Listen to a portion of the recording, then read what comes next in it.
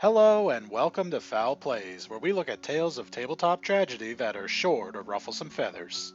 I'm your host, Boss Goose, and in today's story, we have the third and final entry of the Sapphix Saga. If you missed parts 1 and 2 of this series, there are links in the description below, so check those out before you continue. We pick up today's story with our troubled party dealing with the fallout of last session and a temporary change of heart from Sapphix. To no one's surprise, this does not last long, however, and he returns to his old ways of drinking, jealousy, and hateful comments, finally reaching the DM's breaking point. Before we get to that story, though, I'm going to need your help getting past Library Larry. And in the spirit of D&D, this is going to take a stealth check, so if you have a D20 handy, this would be a good time for you to get it.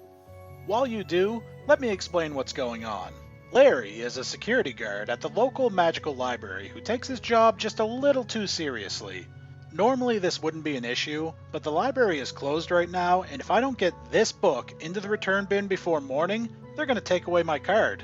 So all you need to do is sneak past, and I'll be distracting him, so feel free to take that roll with advantage, and we'll see how it goes in 3, 2, 1...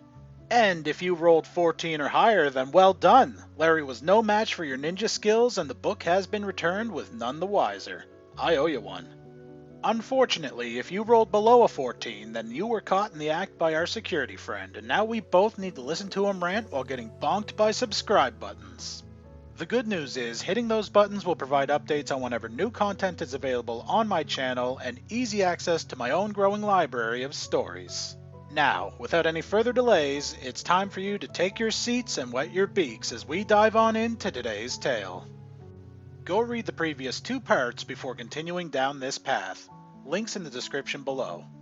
At this point, I feel the need to reiterate that this was my first time ever DMing, and I had effectively no experience, even as a player.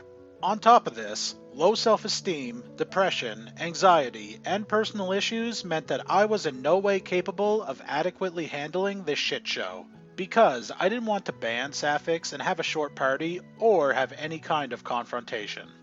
So, it's time for session 3, and I bring Sapphix into the Discord call an hour early to talk about these issues. And to my shock, he is not only sober, but also responsive and agreeable. He promises to behave and not cause any more trouble, which is a massive relief.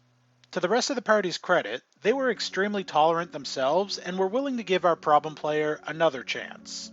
So, session 3 begins where we left off. Compelled Duel is cast and a fight is on.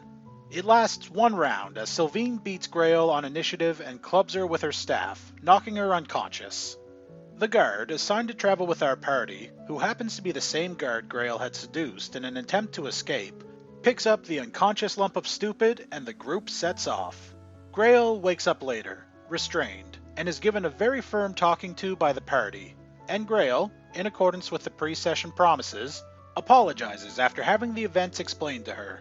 She is let loose of her bonds, and the rest of the session is actually really uneventful in terms of behavior. The party travels for a few weeks, working on trust and teamwork, encountering a few monsters and the like, and even having a few really good RP interactions. And it was all fine, and the campaign went on for another year with no problem. Had you going there for a second, didn't I? No? Whatever. So yeah, Grail apologized and behaved for another 2 real-world hours, but somewhere in that time we could hear the sound of a bottle being opened and drinks being poured. The last hour of the session, the party makes it to the ancient library and gets inside, with some stupid decisions coming back into play. See, Grail thinks that a couple of in-game weeks of decent behavior redeemed her, and she is back in control, deciding to be very bossy in the library, even going as far as to threaten the guard at one point. Most of this is harmless since there's no negative player interaction, but it's obvious to me that we can't hold out very long. So I rush the party and expose the boss and end the session before things can go bad. A day later, very drunk, Sapphix calls me on Discord and is completely incoherent. Various ramblings about this and that, and the most I can make out of it, the divorce is finalized and he is alone. For a second, I actually felt bad for him.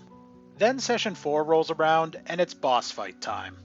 This time, Sapphix is starting buzzed, but he claims to have no alcohol left, so we just go with it. The fight goes on for a while against a monster that had made the ancient library its home, and the party did well, with only Frisk going down after letting off several powerful spells, and Sylvine healing him while Grail throws Gilgamesh into the air to land the killing blow against my monster, a reskinned wyvern. This whole thing is awesome, until Grail gets mad at Sylvine for helping Frisk instead of finishing off the boss. You can see where this is going. Out of character, Sapphix says, "Women are pissy and get jealous so easy, so it's definitely in character for me to be upset." It's now at this point that something inside me snaps. With a voice that I am told was my own, but was so unlike me and my at the time quite timid self that I still don't actually believe it, I said, "One more word out of you that isn't respectful, and so help me God, I will make sure that you are banned from every D&D page I can find. Be respectful, damn it." Silence. Sapphix relents and apologizes, loot is divided, and we end the session. The next day, I receive new orders from my job and I won't be able to play for the next 3 weeks. I break the news to the party and everyone is like, "Oh, it's fine, no worries." Everyone. Everyone except Sapphix. To him, this was a failure on my part and I would not be forgiven. No. In fact, this prompts a massive tirade on his part about how I had it out for him, was targeting him, how I wasn't letting him have player agency, how I was stifling his freedom of speech, and it goes on and on.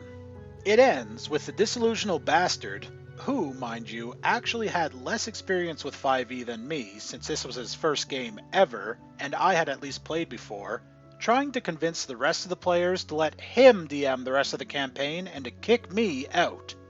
At this point, we are all flabbergasted, utterly dumbfounded.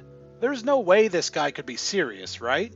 Well, he was, going as far as to PM me, calling me something disgustingly horrible that I, Boss Goose, will not be repeating on this video, and trying to get me to make him an admin on my Discord server.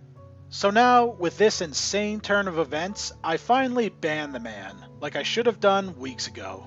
Oh, but that's not the end.